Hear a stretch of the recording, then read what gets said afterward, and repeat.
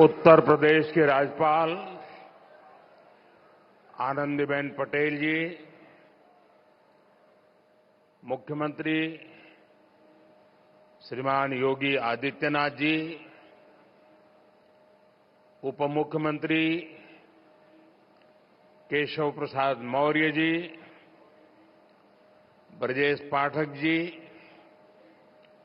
उत्तर प्रदेश के मंत्री, सांसद और विधायक साथी, प्रयागराज के मेयर और जिला पंचायत अध्यक्ष, अन्य महानुभाव और मेरे प्यारे भाइयों और बहनों,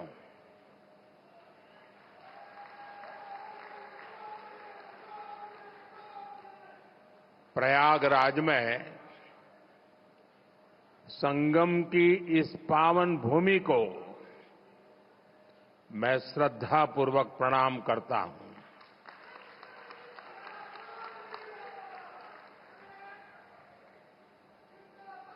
महाकुंभ में पधार रहे सभी साधु संतों को भी नमन करता हूं। महाकुंभ को सफल बनाने के लिए दिन रात परिश्रम कर रहे कर्मचारियों का, श्रमिकों और सफाई कर्मियों का मैं विशेष रूप से अभिनंदन करता हूं। विश्व का इतना बड़ा आयोजन हर रोज लाखों श्रद्धालुओं के स्वागत और सेवा की तैयारी लगातार 45 दिनों तक चलने वाला महायज्ञ,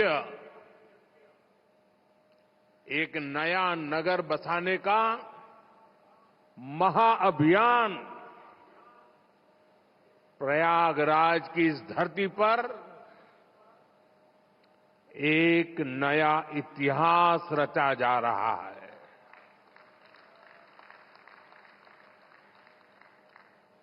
अगले साल महाकुंभ का आयोजन देश की सांस्कृतिक आध्यात्मिक पहचान को नए शिखर पर स्थापित करेगा। और मैं तो बड़े विश्वास के साथ कहता हूं, बड़ी श्रद्धा के साथ कहता हूं, अगर मुझे इस महाकुंभ का वर्णन एक वाक्य में करना हो तो मैं कहूंगा, ये एकता का ऐसा महायज्ञ होगा जिसकी चर्चा पूरी दुनिया में होगी।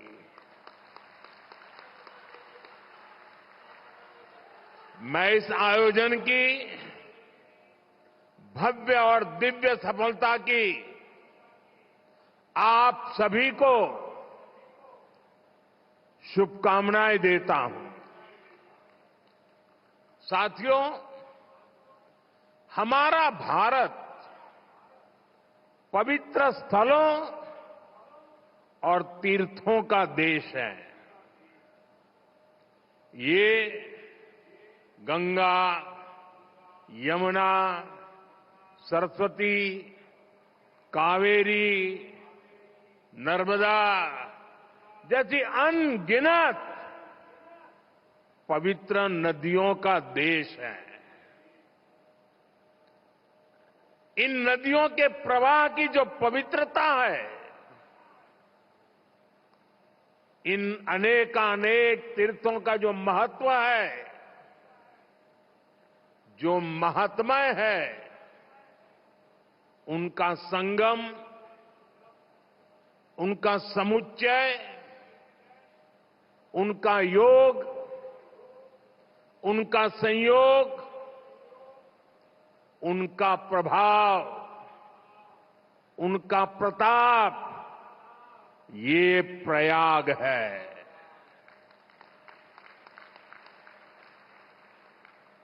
ये केवल 3 पवित्र नदियों का ही संगम नहीं है। प्रयाग के बारे में कहा गया है, माघ मकरगत रबी जब होई, तीरथ पति ही आव सब कोई। अर्थात जब सूर्य मकर में प्रवेश करते हैं, सभी दैवीय शक्तियां, सभी तीर्थ, सभी ऋषि, महर्षि, मनीषी प्रयाग में आ जाते हैं। ये वो स्थान है जिसके प्रभाव के बिना पुराण पूरे नहीं होते। प्रयागराज वो स्थान है जिसकी प्रशंसा वेद की ऋचाओं ने की है।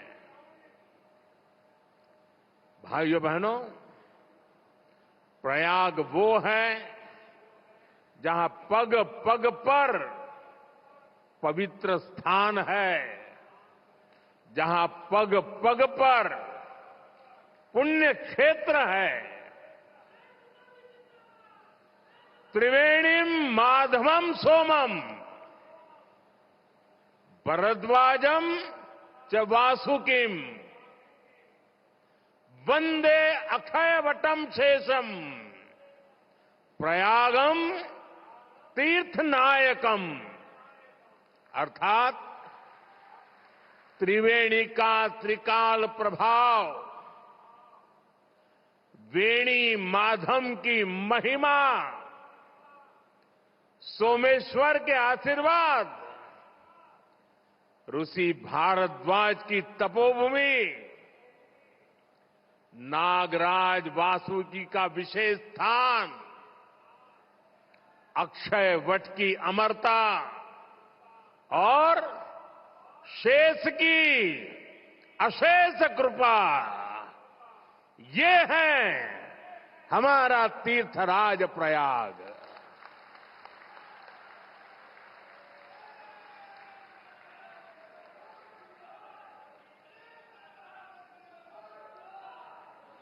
तीर्थराज प्रयाग यानी चारी पदारथ भरा भंडारू, पुण्य प्रदेश देश अति चारू। अर्थात जहां धर्म, अर्थ, काम, मोक्ष चारों पदार्थ सुलभ है, वो प्रयाग है। प्रयागराज केवल एक भौगोलिक भूखंड नहीं है, ये एक आध्यात्मिक अनुभव क्षेत्र है। ये प्रयाग और प्रयाग के लोगों का ही आशीर्वाद है कि मुझे इस धरती पर बार बार आने का सौभाग्य मिलता है।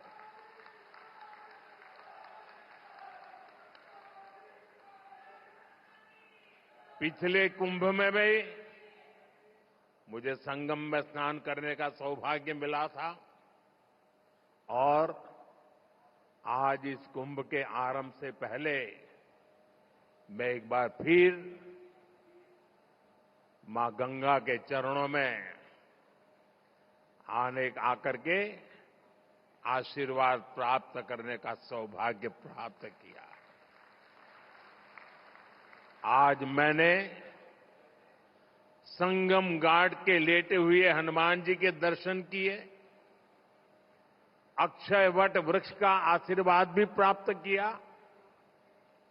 इन दोनों स्थलों पर श्रद्धालुओं की सहूलियत के लिए हनुमान कॉरिडोर और अक्षय वट कॉरिडोर का निर्माण हो रहा है। मैंने सरस्वती कूप रीडेवलपमेंट प्रोजेक्ट की भी जानकारी ली। आज यहां हजारों करोड़ रुपए के प्रोजेक्ट का लोकार्पण हुआ है। मैं इसके लिए आप सबको बधाई देता हूं। साथियों, महाकुंभ हजारों वर्ष पहले से चली आ रही हमारे देश की सांस्कृतिक आध्यात्मिक यात्रा का पुण्य और जीवंत प्रतीक है। एक ऐसा आयोजन जहां हर बार धर्म, ज्ञान, भक्ति और कला का दिव्य समागम होता है।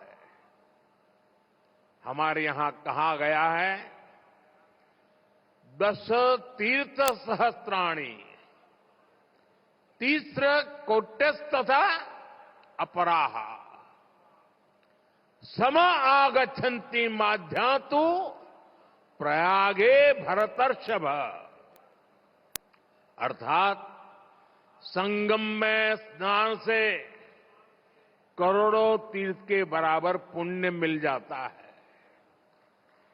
जो व्यक्ति प्रयाग में स्नान करता है वो हर पाप से मुक्त हो जाता है।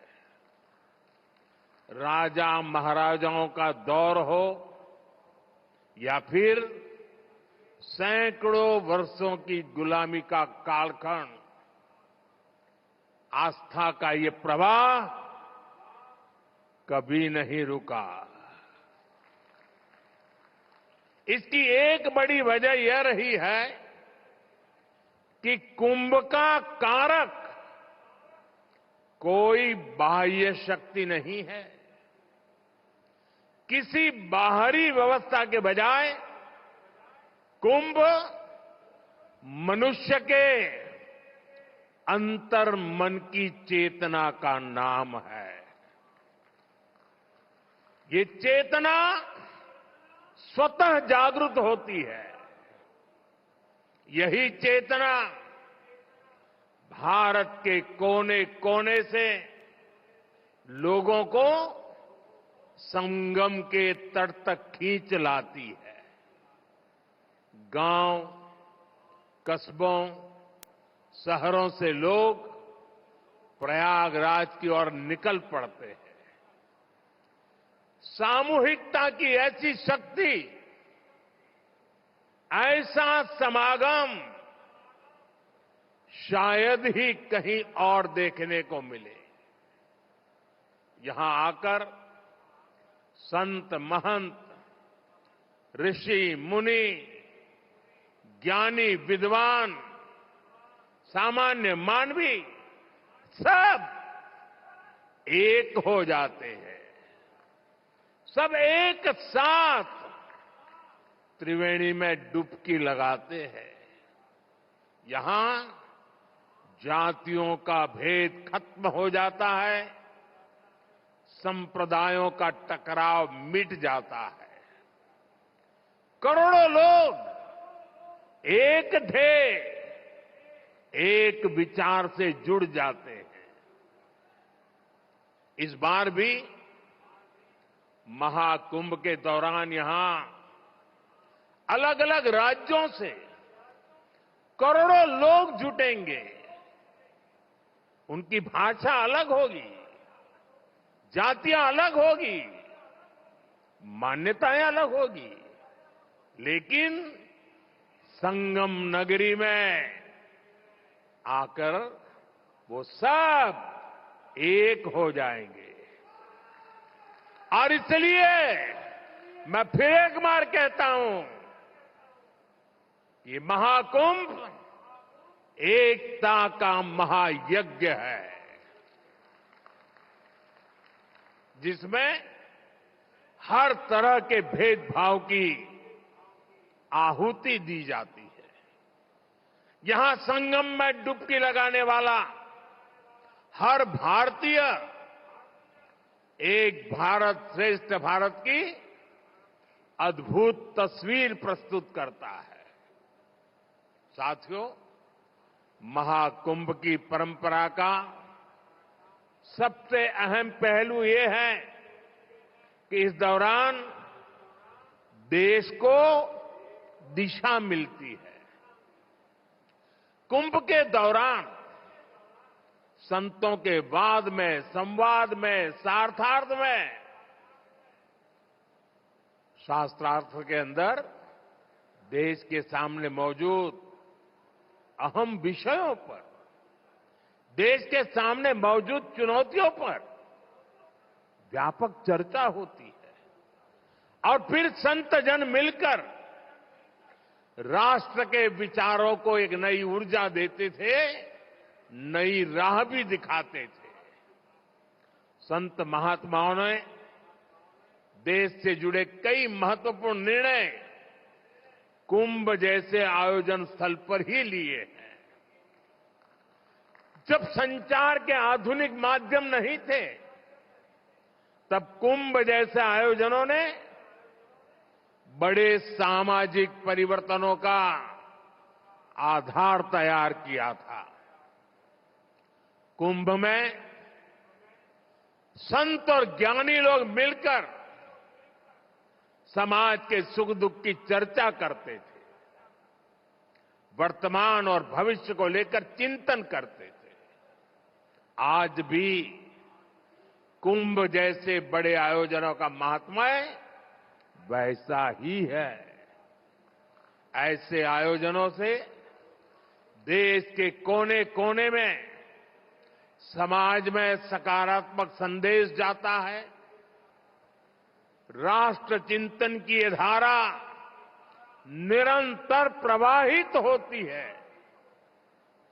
इस आयोजन के नाम अलग अलग होते हैं, पड़ाव अलग अलग होते हैं, मार्ग अलग अलग होते हैं, लेकिन यात्री एक होते हैं, मकसद एक होता है।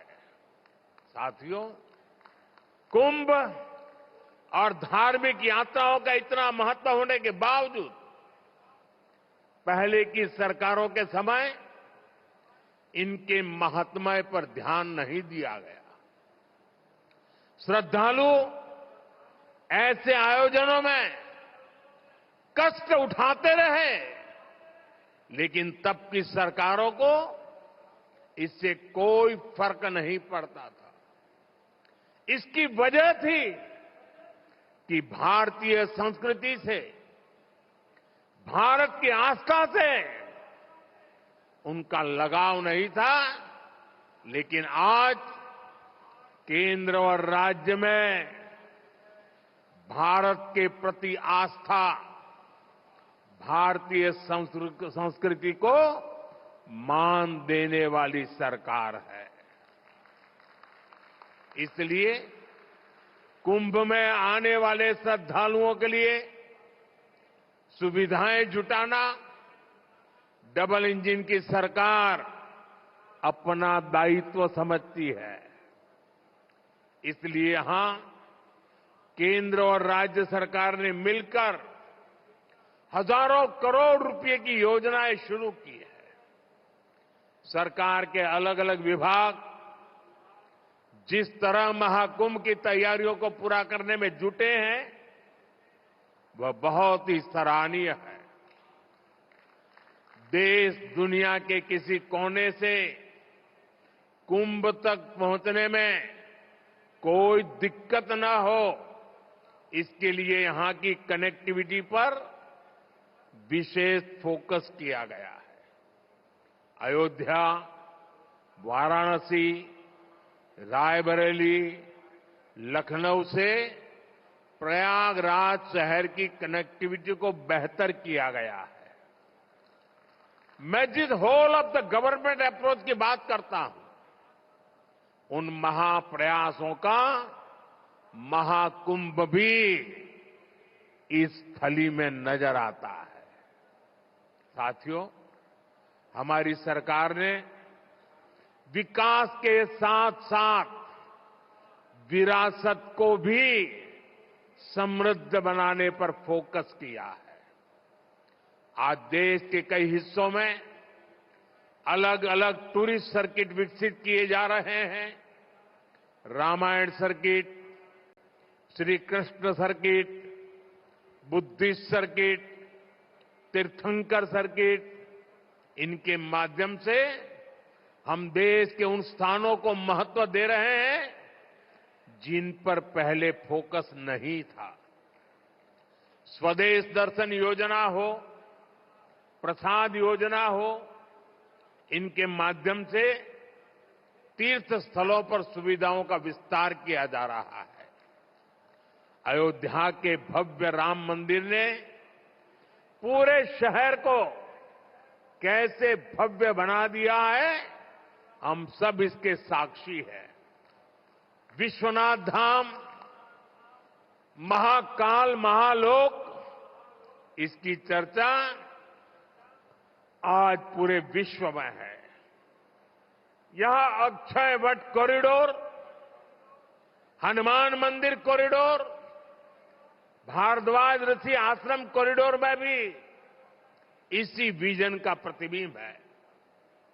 श्रद्धालुओं के लिए सरस्वती कूप, पातालपुरी, नागवासुकी, द्वादश माधव मंदिर का कायाकल्प किया जा रहा है।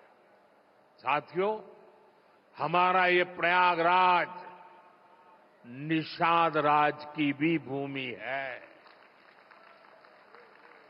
भगवान राम के मर्यादा पुरुषोत्तम बनने की यात्रा में एक महत्वपूर्ण पड़ाव श्रृंगवेरपुर का भी है। भगवान राम और केवट का प्रसंग आज भी हमें प्रेरित करता है। केवट ने अपने प्रभु को सामने पाकर उनके पैर धोए थे, उन्हें अपनी नाव से नदी पार कराई थी। इस प्रसंग में श्रद्धा का अनन्य भाव है। इसमें भगवान और भक्त की मित्रता का संदेश है। इस घटना का ये संदेश है कि भगवान भी अपने भक्त की मदद ले सकते हैं। प्रभु श्री राम और निषाद राज की इसी मित्रता के प्रतीक के रूप में श्रृंगवेरपुर धाम का विकास किया जा रहा है। भगवान राम और निषाद राज की प्रतिमा भी आने वाली पीढ़ियों को समता और समरसता का संदेश देती रहेगी। साथियों, कुंभ जैसे भव्य और दिव्य आयोजन को सफल बनाने में स्वच्छता की बहुत बड़ी भूमिका है। महाकुंभ की तैयारियों के लिए नमामि गंगे कार्यक्रम को तेजी से आगे बढ़ाया गया है। प्रयागराज शहर के सैनिटेशन और वेस्ट मैनेजमेंट पर फोकस किया गया है। लोगों को जागरूक करने के लिए गंगा दूत, गंगा प्रहरी और गंगा मित्रों की नियुक्ति की गई है। इस बार कुंभ में 15,000 से ज्यादा मेरे सफाई कर्मी भाई बहन कुंभ की स्वच्छता को संभालने वाले हैं। मैं आज कुंभ की तैयारी में जुटे अपने सफाई कर्मी भाई बहनों का अग्रिम आभार भी व्यक्त करूंगा। करोड़ों लोग यहां पर जिस पवित्रता, स्वच्छता, आध्यात्मिकता के साक्षी बनेंगे, वो आपके योगदान से ही संभव होगा। इस नाते यहां हर श्रद्धालु के पुण्य में आप भी भागीदार बनेंगे। जैसे भगवान कृष्ण ने झूठे पत्तल उठाकर संदेश दिया था, कि हर काम का महत्व है, वैसे ही आप भी अपने कार्यों से इस आयोजन की महानता को और बड़ा करेंगे। ये आप ही हैं जो सुबह सबसे पहले ड्यूटी पर लगते हैं और देर रात तक आपका काम चलता रहता है। 2019 में भी कुंभ आयोजन के समय यहां की स्वच्छता की बहुत प्रशंसा हुई थी। जो लोग हर 6 वर्ष पर कुंभ या महाकुंभ में स्नान के लिए आते हैं, उन्होंने पहली बार इतनी साफ सुंदर व्यवस्था देखी थी। इसलिए आपके पैर धुलकर मैंने अपनी कृतज्ञता दिखाई थी। हमारे स्वच्छता कर्मियों के पैर धोने से मुझे जो संतोष मिला था, वो मेरे लिए जीवन भर का यादगार अनुभव बन गया है। साथियों, कुंभ से जुड़ा एक और पक्ष है जिसकी चर्चा उतनी नहीं हो पाती। ये पक्ष है कुंभ से आर्थिक गतिविधियों का विस्तार। हम सभी देख रहे हैं कैसे कुंभ से पहले इस क्षेत्र में आर्थिक गतिविधियों में तेजी आ रही है। लगभग 1.5 महीने तक संगम किनारे एक नया शहर बसा रहेगा, जहां हर रोज लाखों की संख्या में लोग आएंगे। पूरी व्यवस्था बनाए रखने के लिए प्रयागराज में बड़ी संख्या में लोगों की जरूरत पड़ेगी। 6,000 से ज्यादा हमारे नाविक साथी, हजारों दुकानदार साथी, पूजा पाठ और स्नान ध्यान कराने में मदद करने वाले सभी का काम बहुत बढ़ेगा। यानी यहां बड़ी संख्या में रोजगार के अवसर तैयार होंगे। सप्लाई चेन को बनाए रखने के लिए व्यापारियों को दूसरे शहरों से सामान मंगाने पड़ेंगे। प्रयागराज कुंभ का प्रभाव आसपास के जिलों पर भी पड़ेगा। देश के दूसरे राज्यों से आने वाले श्रद्धालु ट्रेन या विमान की सेवाएं लेंगे। इससे भी अर्थव्यवस्था में गति आएगी। यानी महाकुंभ से सामाजिक मजबूती तो मिलेगी ही, लोगों का आर्थिक सशक्तिकरण भी होगा। साथियों, महाकुंभ 2025 का आयोजन जिस दौर में हो रहा है, वो टेक्नोलॉजी के मामले में पिछले आयोजन से बहुत आगे है। आज पहले की तुलना में कई गुना ज्यादा लोगों के पास स्मार्टफोन है। 2013 में डेटा आज की तरह सस्ता नहीं था। आज मोबाइल फोन में यूजर फ्रेंडली ऐप्स हैं, जिसे कम जानकार व्यक्ति भी उपयोग में ला सकता है। थोड़ी देर पहले अभी मैंने कुंभ सहायक चैटबॉट को लॉन्च किया है। पहली बार कुंभ आयोजन में एआई, आर्टिफिशियल इंटेलिजेंस और चैटबॉट का प्रयोग होगा। एआई चैटबॉट 11 भारतीय भाषाओं में संवाद करने में सक्षम है। मेरा ये भी सुझाव है कि डेटा और टेक्नोलॉजी के इस संगम से ज्यादा लोगों को जोड़ा जाए। जैसे महाकुंभ से जुड़ी फोटोग्राफी कंपटीशन का आयोजन किया जा सकता है।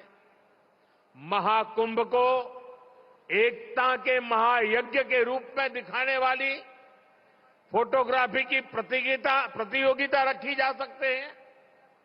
इस पहल से युवाओं में कुंभ का आकर्षण बढ़ेगा। कुंभ में आने वाले ज्यादातर श्रद्धालु इसमें हिस्सा लेंगे। जब ये तस्वीरें सोशल मीडिया पर पहुंचेगी तो कितना बड़ा कैनवास तैयार होगा, इसकी कल्पना नहीं कर सकते। इसमें कितने रंग, कितनी भावनाएं मिलेगी, ये गिन पाना मुश्किल होगा। आप आध्यात्म और प्रकृति से जुड़ी किसी प्रतियोगिता का आयोजन भी कर सकते हैं। साथियों, आज देश एक साथ विकसित भारत के संकल्प की तरफ तेजी से बढ़ रहा है। मुझे विश्वास है कि इस महाकुंभ से निकली आध्यात्मिक और सामूहिक शक्ति हमारे इस संकल्प को और मजबूत बनाएगी। महाकुंभ स्नान ऐतिहासिक हो, अविस्मरणीय हो, मां गंगा, मां यमुना और मां सरस्वती की त्रिवेणी से मानवता का कल्याण हो, हम सबकी यही कामना है। संगम नगरी में आने वाले हर श्रद्धालु को मैं शुभकामनाएं देता हूं। आप सबका भी मैं हृदय से बहुत बहुत धन्यवाद करता हूं। मेरे साथ बोलिए, भारत माता की, भारत माता की, भारत माता की, गंगा माता की, गंगा माता की, गंगा माता की। बहुत बहुत धन्यवाद। For more such videos, subscribe to the NewsX YouTube channel, hit the bell icon.